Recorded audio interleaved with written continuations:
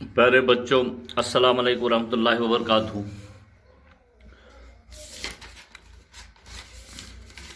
क्योंकि पंडित ब्रिज नारायण चकबस्त की मशहूर नज़म खाके हिंद,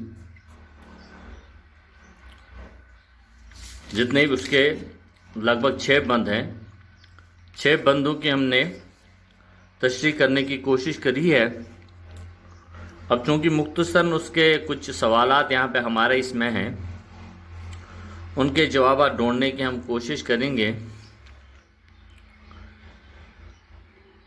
चलिए, उससे पहले कि हम आज इस नज़म खाके हिंद का खुलासा पेश करने की कोशिश करेंगे।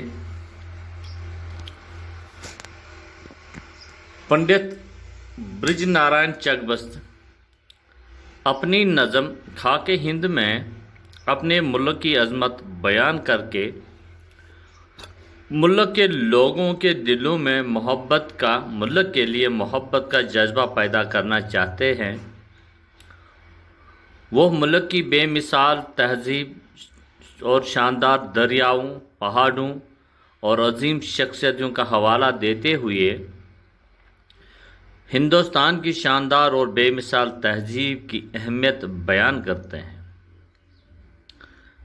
अपने इस नज़म में वो इस बात की भी वजाहत करते हैं कि इस मुल्क में अब भी मंदिरों में उसी पुर असर अंदाज में संग बजाए जाते हैं, और इस बात की भी वजाहत करते हैं कि इस मुल्क में मस्जिदों में दी जाने वाली अजान का असर भी वही है। दरियाओं की रवानी भी उसी तरह है। शायद इस बात का एहसास दिलाते हैं कि यहाँ के लोगों के जज्बा हुब्बुल वतनी में कमी आ गई है। शायर लोगों को जगाने की कोशिश करता है, लोगों के दिल में जज्बात उगाने की कोशिश करता है, एहसास दिलाने की कोशिश करता है कि यहाँ के लोगों में जो जज्बा हुब्बुल वतनी में कमी आ गई, जो थी वो आज नहीं है, यानी कि हुब्बुल वतनी में कमी आ गई है। पंडित ब्रिज नारायण चकबस्त चाहते हैं कि लोग फिर अपनी तहजीब, तमद्दुन और अपने शानदार माजी को पेश नज़र रखकर अपने दिलों में वतन की मोहब्बत का जज्बा पैदा करें। ये मुख्तसरन सा खुलासा। दोस्तों, मशकी सवालात में अगर हम देखेंगे तो खाके हिंद के मरकजी ख्याल की वजाहत कीजिए। खाके जवाब में आप ऐसे भी लिख सकते हैं कि पंडित ब्रिज नारायण चकबस्त तो उनकी मशहूर नज़म खाके हिंद है, जिसमें शायर मुल्क की अज़मत बयान करते हैं और यहाँ के लोगों के दिलों में मोहब्बत का जज्बा पैदा करना चाहते हैं। चकबस्त चाहते हैं कि लोग फिर अपनी तहजीब और तमद्दुन को और अपने शानदार माजी को पेश नज़र रखकर अपने दिलों में वतन की मोहब्बत का जज्बा पैदा करिए।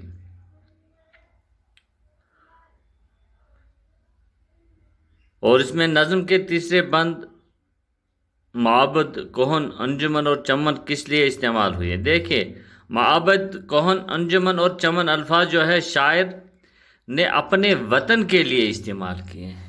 ये 4 लफ्ज़ जो है, अल्फाज जो है यहाँ पे नज़म के तीसरे बंद में जो है, ये शायर ने अपने वतन के लिए इस्तेमाल किए हैं।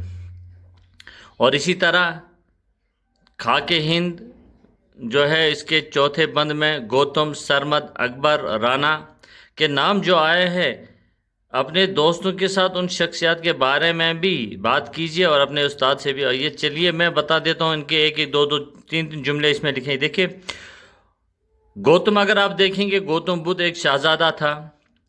वो मन का ज्ञान हासिल करने के लिए जंगल भटका। आखिरकार उसे एक दरख्त के नीचे कई दिनों तक बैठे रहने के बाद यह ज्ञान हासिल हुआ। اس نے جس مذہب کا پرچار کیا اسے بدھ مت کہتے ہیں۔ اسی طرح شیخ سرمد کیا ہے؟ شیخ سرمد ایک ولی اللہ تھے، اللہ کے دوست تھے۔ انہوں نے اپنے ملک کے بدلے اس ملک کو اپنایا کیونکہ وہ زندگی بھر خدا کی خدائی کے قائل رہے۔ اسی طرح اکبر اعظم ہندوستان کا مشہور بادشاہ تھا۔ اکبر اعظم ہندوستان کا مشہور مغل بادشاہ تھا۔ اس کی حکومت بہت وسیع تھی۔ اس نے ایک نیا مذہب دین الہی کے نام سے رائج بھی کیا تھا۔ اسی طرح اگر آپ دیکھیں گے رانا پرتاپ ایک بہادر اور راجپوت تھا۔ اس نے اپنے وطن کو اپنے خون سے سینچا۔ اس کی وطن کے لیے قربانی یاد رکھی جائے گی۔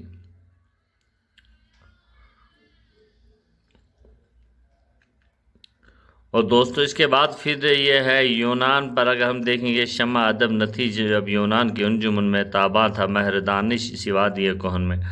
تو اس شعر میں اگر ہم دیکھیں گے تو یونان جو ہے اس نے دنیا کو علم فن کے میدان میں بہت کچھ دیا ہے۔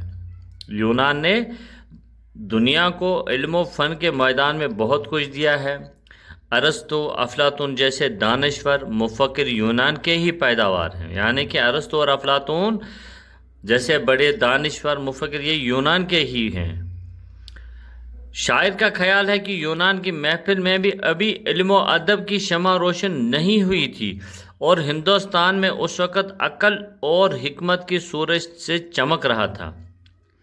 شاعر کا وطن ایک قدیم تہذیب کی ترجمانی کرتا ہے اور اس وقت علم و ہنر کا گہوارہ تھا جب باقی دنیا ابھی جہالت میں ہی تھی، جہالت کے اندھیرے میں ڈوبی ہوئی تھی، اور یونان جیسا مفکر اور فلسفیوں کو جنم دینے والا ملک ابھی جہالت کے اندھیرے میں ہی ڈوبا ہوا تھا۔